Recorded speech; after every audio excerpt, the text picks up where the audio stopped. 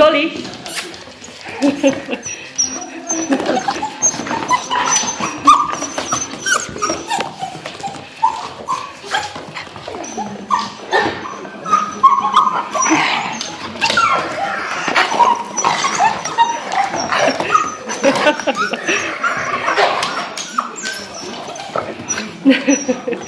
Co, Jolek, idziemy?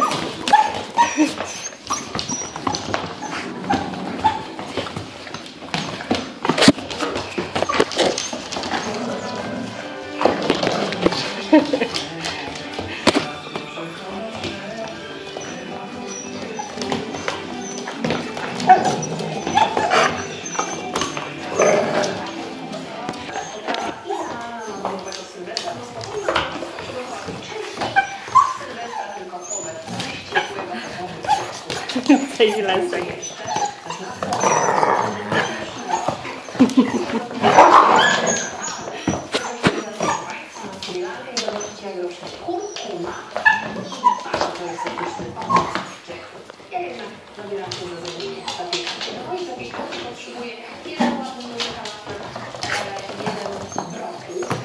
Najpierw blanszuję kalafiora, nie zapakuje wody.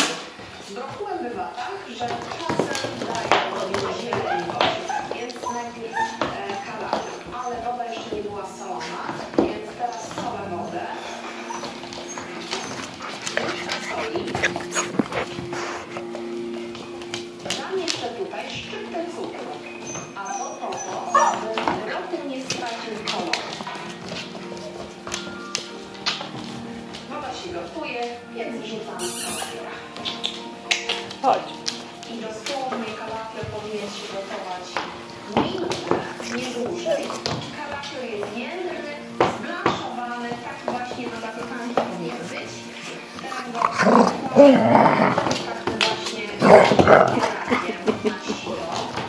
Garnek z powrotem stawiamy na kuchence. Oczywiście maksymalny ogień, aby teraz szybko woda zagrzała. I do kroku wrzucam brokuły. Brokuły to dosłownie kilka sekund, że bardzo szybko się potrafią rozpaść. Są dużo bardziej wrażliwe na gorącą wodę niż kalafior, więc tutaj stoję praktycznie przy brokułach i tylko sobie przygotuję pola do mycia. Zerkam, czy już się zagotowała, jeszcze nie.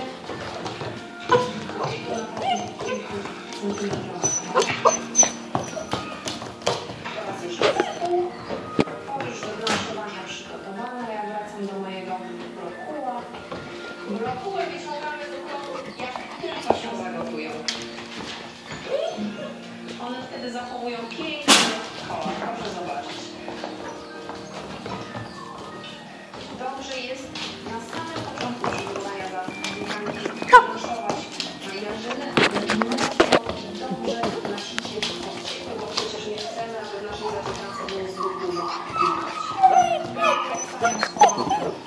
Na gazie i teraz wrzucam do niego pola. Jarzyny i warzywa zapiekane mieszane w wielu restauracjach bywają potrawami luksusowymi ze względu na żółtanie. Może się przygotowywać do szamy. A czasem się udaje mnie, a ja wam pokażę. To zawsze się wam uda, jeżeli zrobicie według mojego przepisu. A tymczasem on już się zblanszował, więc idę go odcedzić.